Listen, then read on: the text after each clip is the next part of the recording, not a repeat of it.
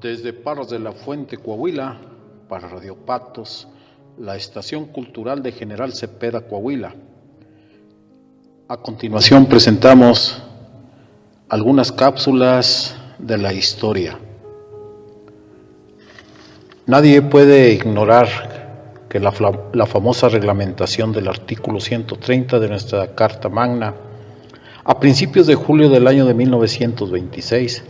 produjo un descontento general en todos los habitantes de nuestra república, por ver lesionada notablemente la fe que profesan, por ver perseguida la religión,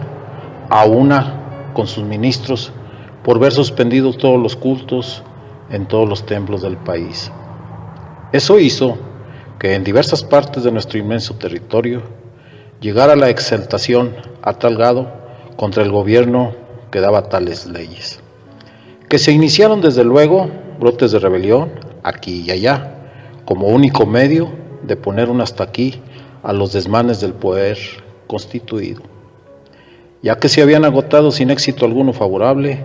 todos los recursos legales a que da pleno derecho la Constitución que rige la nación.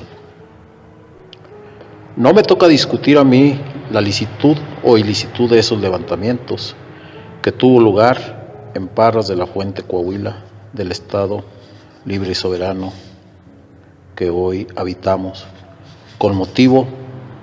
de una intentona de levantamiento armado, el cual tuvo casi al nacer, por triste epílogo, un drama fatídico en el que perecieron 8 víctimas jóvenes, inexpertos, que valerosos ofrendaron a Dios sus vidas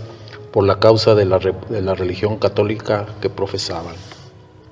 Algo semejante me imagino yo que pasó a un grupo de jóvenes bien intencionados, y lo afirmo porque antes de lanzarse valerosos a la empresa tan arriesgada, de éxito más que dudoso se confesaron, recibieron la Sagrada Comunión y se sintieron dispuestos a ofrecer el sacrificio de sus vidas, en defensa de su fe y sus creencias. Mal aconsejados, mal dirigidos y peor organizados, sin experiencia alguna, sin los elementos necesarios, sin pertrechos de guerra, se lanzaron a una aventura peligrosa en la madrugada del 2 de enero del año de 1927. 40 o a lo más hombres, en su mayor parte eran jóvenes, muy mal armados, tomaron por sorpresa la presidencia municipal y la cárcel, desarmando a la policía, pues en aquellos días no había guarnición ninguna de ninguna especie, estaba desprovista de elementos militares. Con este disque triunfo para esos jóvenes ilusos, muy sonado, se envalentonaron por tener en su poder alguna numerario efectivo, parque en poca cantidad y un exiguo número de armas de mala calidad. Permanecieron 3 días en la población, al cabo de los cuales, enterados de que habían destacado tropas en abundancia en la jetatura de Torreón, para que los persiguieran, se retiraron al monte inmediatamente, sin rumbo fijo, sin plan de ataque, sin plan de guerra, pero eso sí, dispuestos a pasar todo género de aventuras guerreras. El hambre, las incomodidades, las privaciones de todo género, a las cuales no estaban acostumbrados, la falta absoluta de comunicaciones y otros factores más, les hicieron comprender muy a las claras y en los breves días la realidad de las cosas conforme en un todo con aquel adagio vulgar, del dicho al hecho y del grande al trecho. Plenamente convencidos de que no aparecía en ningún lado el levantamiento general en toda la República, que neciamente esperaban y que fue lo que anunció para que los fascinados se lanzaran tontamente a la empresa, comprendieron el disparate que habían hecho y se persuadieron de que no eran para el caso. Caminaban todos sumamente distraídos y sin precaución alguna de avanzadas para ver si venía el enemigo a perseguirlos. Y cuando se encontraron en un punto llamado El Carrizal, de improviso y con grandísima sorpresa, se encontraron frente a frente del enemigo comandado por los coroneles Dávalos y García, quienes dieron las órdenes respectivas para el ataque. Y en menos de tiempo que se los cuento, Fueron copados y aprendidos sin ningún trabajo alguno y además sin quemar un solo cartucho. Ya con la empresa que había caído, como el ratón en la ratonera, se regresan a Parras y al amanecer del día 10 llegan a la hacienda de San Lorenzo, donde hacen un alto para tomar alimento y continuar después su marcha. Así, puntualmente lo hicieron, y al llegar a la orilla de la población, en lugar de dirigirse al centro, marchan directamente al Panteón de San José, donde los jefes dieron órdenes de hacer alto. ¿Qué fue lo que pasó? Sin duda alguna y sin consejo de guerra, ni siquiera uno de los juicios militares que suelen llamar sumarísimos, sin ninguna formalidad de ley y solamente obedeciendo órdenes superiores transmitidas por alambre, formaron a los 9 presos de espaldas a la pared del panteón y advirtiendo que entre ellos venía un anciano llamado Jesús Rosales, lo excluyeron del número de los que iban a ejecutar, o mejor dicho, a asesinar. Que así juzgan tales ejecuciones en los países civilizados, donde se sabe respetar la vida del hombre,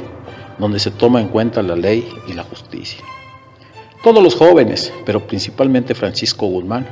demostraron valor y entereza a toda prueba, ofrendando a Dios su propia vida, ya que por su causa morían gustosos. Se forman los soldados frente a ellos, como se estila en las ejecuciones, cuando son pasados por las armas. El coronel da las órdenes, apunten, fuego, y las 8 víctimas, al sonar la nutrida descarga, ruedan por el suelo desangrándose, revolcándose en su propia sangre, con las terribles angustias de la muerte. Entre los 8 ejecutados se encontraba el joven Isidro Pérez, quien sin lesión ninguna en la especie de su cuerpo se desplomó en tierra, o mejor dicho, por especial providencia de Dios nuestro Señor, pero sin poder perder para nada el conocimiento, a pesar del formidable susto que se llevó. Sentía claramente que la sangre de sus compañeros humedecía su cuerpo, pero temeroso de perder la vida,